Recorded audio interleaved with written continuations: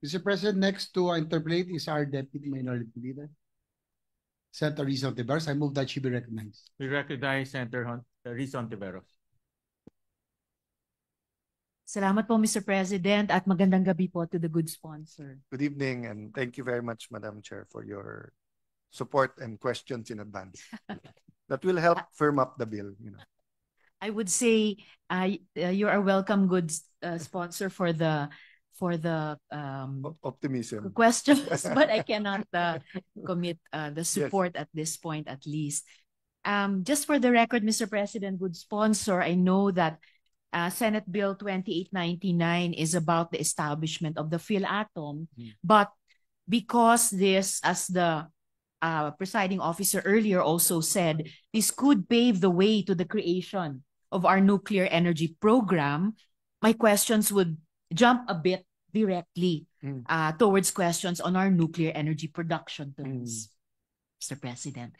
So, first of all, good sponsor, what are the financial costs of construction and maintaining a nuclear power facility, and how do we propose to finance these facilities if we would eventually reach that point, Mr. President? Madam Chair, I'll be very honest. I did not go down that road precisely because after numerous meetings, technical working group, we agreed with the DOST that we will confine this bill to the establishment of a regulatory body and leave it to the Department of Energy, to the Executive Department, and to the legislature, whether we should go into nuclear power in there. So one of my first questions in meeting with them, Madam Chair, was like you, na paano kung ako, hindi pa ako sure whether I will support a nuclear power plant o hindi.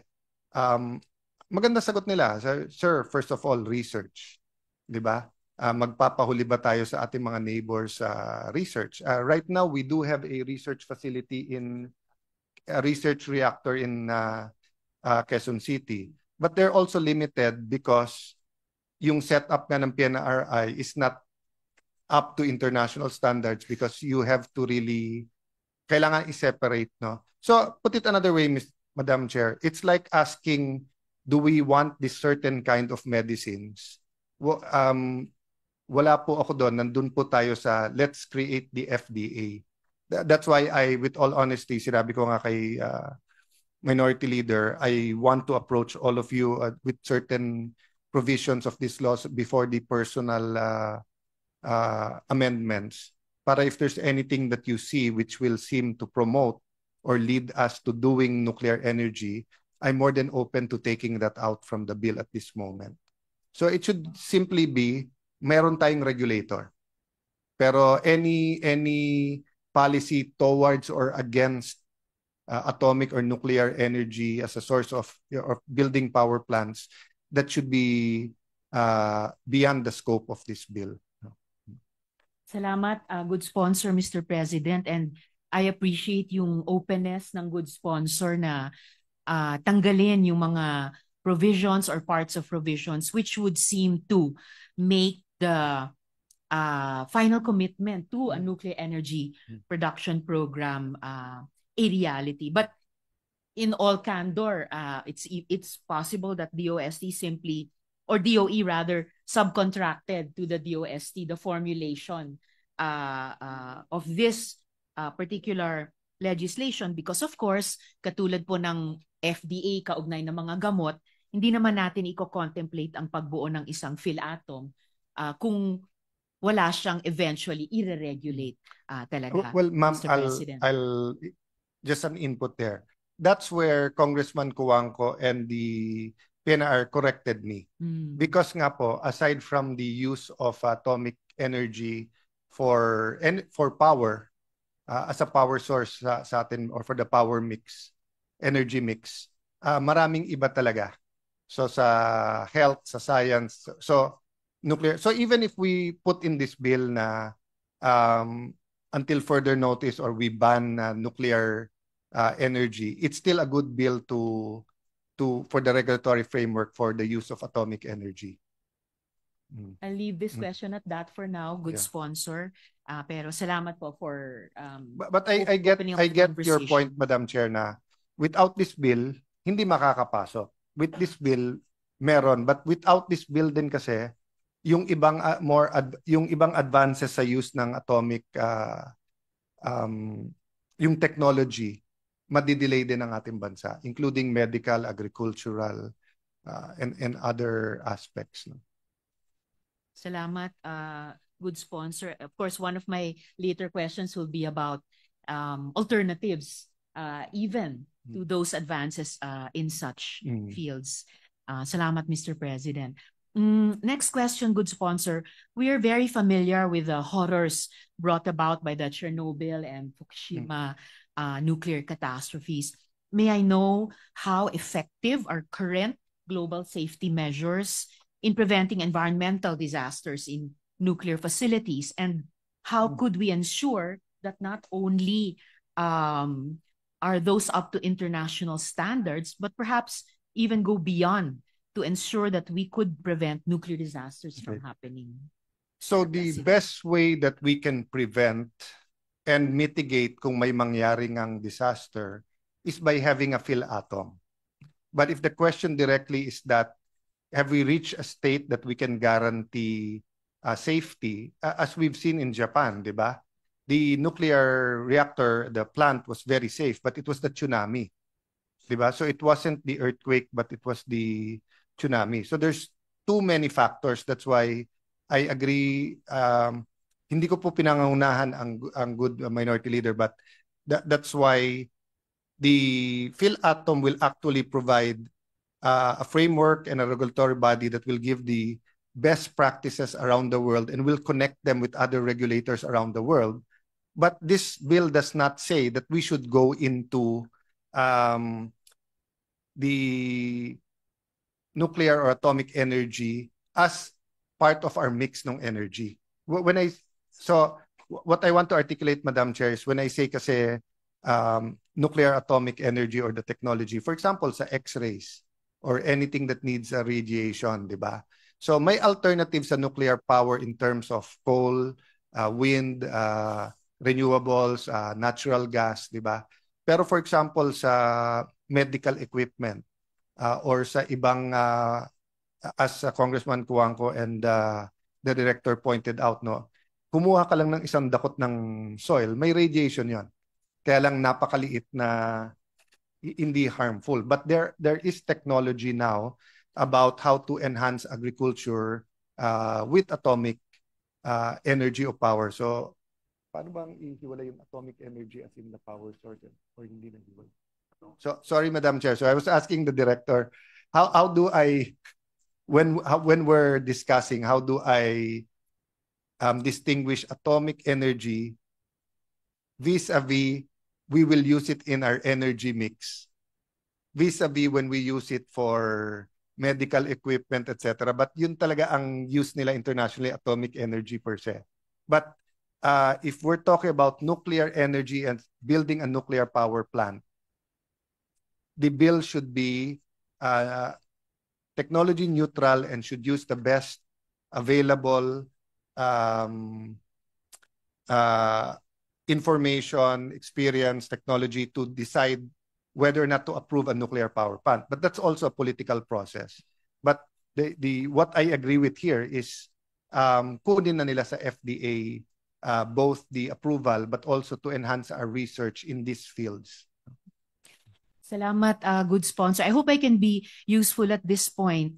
For example, about nuclear energy vis-a-vis other areas of human need aside from energy. A quick research showed me that X-rays and nuclear energy are related, but X-rays are not a product of nuclear energy. X-rays are a form of electromagnetic radiation that can be produced in various ways, including through interactions between electrons and the nucleus of an atom. While X-rays can be generated in the vicinity of nuclear reactions, they are not a direct result of nuclear processes themselves. So speaking of, as the good sponsor was earlier, speaking of alternatives, it would seem, subject to further research, there are alternative sources of X-ray, especially for medical uses, separate from nuclear energy. But related to that, good sponsor, how big is the use of nuclear technology in other areas aside from nuclear power, Mr. So, President? Madam President, let me clarify. So, sa binanggit yung research, you're absolutely correct. That's why it's PhilAtom, not PhilNuclear. Because yung binanggit nyo na electromagnetic, etc., that doesn't fall under nuclear, but it falls under atomic. So, for example, yung mga X-ray, etc., sa under atomic yon. So, when we talk about international atomic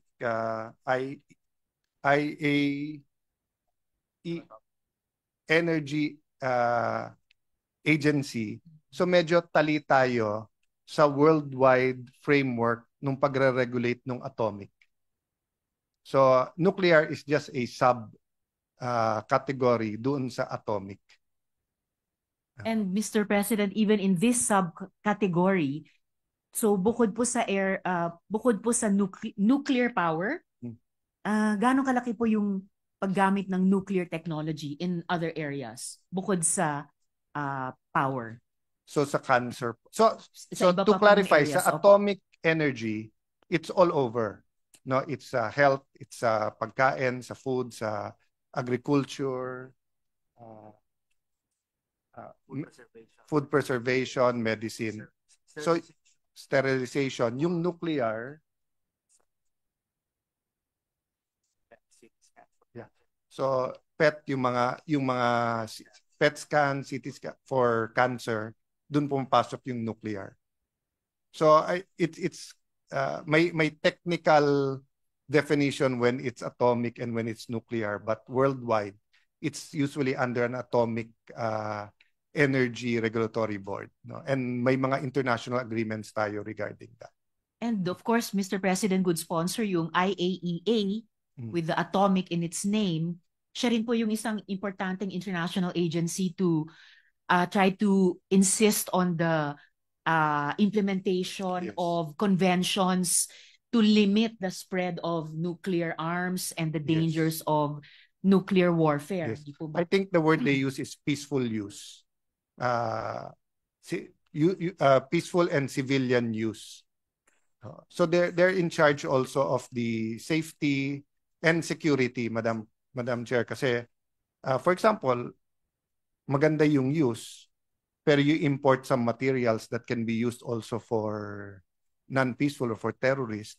You need the local agencies that will also have the investigative power, the subpoena power, etc. No? So like right now, for example, kung may nagsuspect na nag-smuggle, sinabi niya ganito pero pwedeng gamitin for terrorism, kailangan natin ng agency na may expertise din na tutulong sa PNP, NBI, Customs, etc.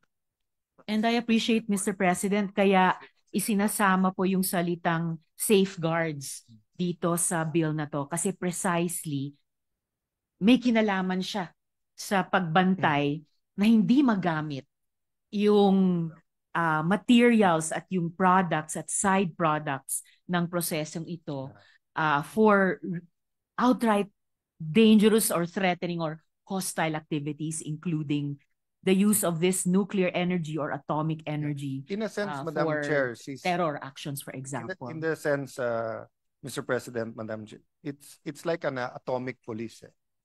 Di ba? Pinopolice talaga niya. Hindi lang yung sinong pwedeng gumamit, saan pwedeng gamitin, but mas malaking trabaho nga niya kung ano yung bawal. Yes, Mr. President. So again, for the record, a quick research would show that nuclear energy and atomic energy are often used interchangeably, but nuclear energy is the more precise term. Both refer to the energy released from the nucleus of an atom, kaya nuclear, nucleus, atomic atom, but nuclear energy is more specific and includes both fission and fusion, while atomic energy is a broader term that can also encompass the energy involved in electron interaction. So, yun na nga po, mabalik lang dun sa follow-up question ko kanina, would the good sponsor say na yung use ng nuclear energy in other areas aside from nuclear power is as big as, say, 60% or 70%? if the good sponsor ng atomic or ng the overall use po of nuclear technology in other areas aside from nuclear power. I don't think in other areas. For example. Okay. Yeah. So, ma'am, I don't want to use statistics in a way that will confuse. So, I'll just give you an example. There are 7,000 radiation facilities in the Philippines. So, lahat to ng kailangan ng regulations and regulatory. So, that's an example. Tapos, yung sa Mangga ba na may jacket? So, when I was in Palawan, kahit papano, they're still wishing, praying, waiting that yung solutions na binigay ng ibang bansa sa mangga nila na napakasarap na hindi ma-export kasi wala silang facility for irradiation facilities, no? Basically money, but for each facility ng ganyan, kailangan ng approval din, regulatory body, kailangan ng research, kailangan na magtutulak din. Pero yun nga, Madam Chair, it's not as simple as parang putting up a irrigation or anything kasi kailangan mo you need PhilAtom for that, no? So, I cannot give you a specific percentage, but more what I can tell you is that the use of atomic or nuclear energy outside what we're talking about na nuclear power plant is a necessity. Kailangan sa ating bansa. Kasi hindi mo pwedeng tanggalin yung mga PET scan, X-rays, hindi mo pwedeng tanggalin yung radiation facilities, di ba? Tapos yun nga, yung sa agriculture, padami ng padami din yung mga applications na pwedeng gamitin. Salamat, Mr. President. I'll leave that question there for now. But of course, I would imagine na mas pertinent ang trabaho ng DA kesa sa isang PhilAtom sa prospects ng Palawan mangoes. But I'll leave that. Yes, Mr. President. So yes, so it's like saying DOH yung mga X-rays, pero sa ngayon sa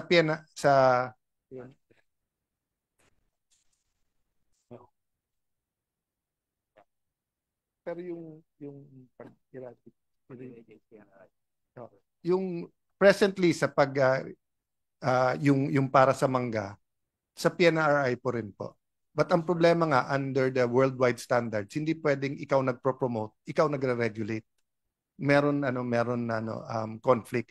Right now nasa DOH pa at FDA yung iba na katulad ng mga PET scans at saka mga X-ray. But sa ibang bansa, that's already under their yung local version ng IAEA nila o yung PhilAtom nila. Salamat, Mr. President. As I mentioned, I'll leave this question there for now, but I think we can discuss that further in the future or the near future, especially yung principle ng subsidiarity, no? Which agencies do what at which level given yung area of expertise nila. So for now, I'll move on to my next question, Mr. President. What are the long-term negative impacts of nuclear waste disposal? Napalagay ko isa sa pinaka-importanting issue dito sa buong area ng atomic or nuclear energy.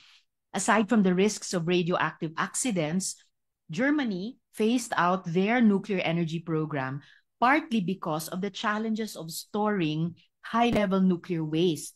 So how do we see ourselves facing these same difficulties, especially how to permanently and safely store highly radioactive nuclear waste, Mr. President? Again, Madam Chair, walang perfect way of storing or completely safe way, but it's the same problem with our present mix ngayon kasi yung renewable, hindi sila pwede ng base load eh. So babalik ka sa coal for example na wala kang problema sa storage pero may problema ka sa air pollution. But having said that, the bill is to regulate and to provide what is the world standards, the best way of disposing. The bill does not tell us to go into nuclear.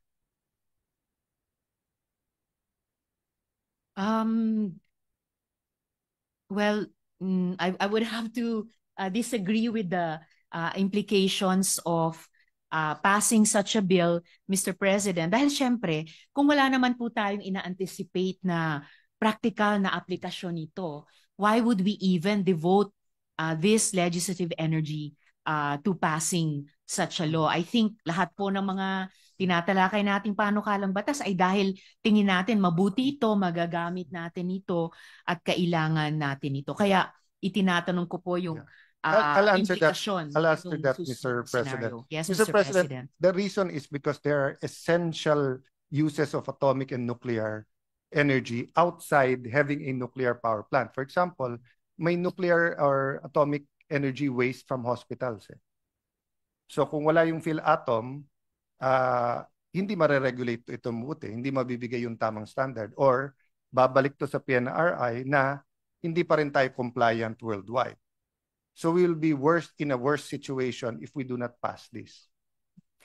Again, Mr. President, based on the principle of subsidiarity, ngayon pa lamang, bago pa natin maipasa itong panukala, tinatalakay na po ng DOH at attached agencies niya yung problema nga po, as the good sponsor mentioned, ng hazardous waste sa mga ospital. Yes, Madam under President, other conventions. but they as don't well. have the expertise. They do not have the nuclear engineers. They do not have the money, etc. No. So it's like we had a bill here na tanggalin sa FDA yung, for example, yung vape. So nasa DTI. Hanggang ngayon, walang expertise ang DTI at mga machineries for that. So if we want to go towards the complying with the world standards and having better regulation with atomic and nuclear energy, we need we need to basically update and modernize, no? So if we keep it at the PNRI, they can survive, they can be a little bit better, pero to use a Tagalog word, kalat masyado yung accountability, Madam Chair. Salamat, Mr. President, good sponsor. Actually po, the rest of my questions are still about nuclear energy. And maybe I will just submit them in writing to the good sponsor. Yung mga tanong ko pa rin tungkol sa long-term negative impacts ng nuclear Yes, waste Madam Chair. disposal, yung significant impact ng nuclear power plants sa water supply, yung overall environmental footprint ng nuclear energy na enormous at kasama yung full life cycle ng energy production, nuclear waste management and disposal nga po, at ibang necessary components para maiwasan yung nuclear accidents. And lastly, of course, yung initially nabanggit namin ng good sponsor, Mr. President, yung possibility of terrorist activities targeting these highly sensitive facilities. Madam Chair, I'll just terminate my those questions are interpellation. most welcome. And the good news for both of us is that there will be a new Secretary of Energy. So I think since we're both members naman of the CA, hopefully not only in the 19th but 20th Congress, then we will both have the opportunity. Because I'm also interested in the answers of the DOE to your questions, Madam Chair. Yeah. And I do remember, good sponsor, na in an earlier confirmation hearing of the previous DOE secretary na ngayon kalihim ng ibang departamento, sinabi po talaga niya na nagde-develop sila ng nuclear energy program sa kanilang department. So I'll just terminate my interpellation for now, Mr. President, good sponsor, just reiterating that word of caution about the many and great risks of nuclear energy. Maraming salamat, good sponsor, Mr. President. Thank you, Madam. Thank you, Mr. President, and thank you to the Deputy Minority Leader.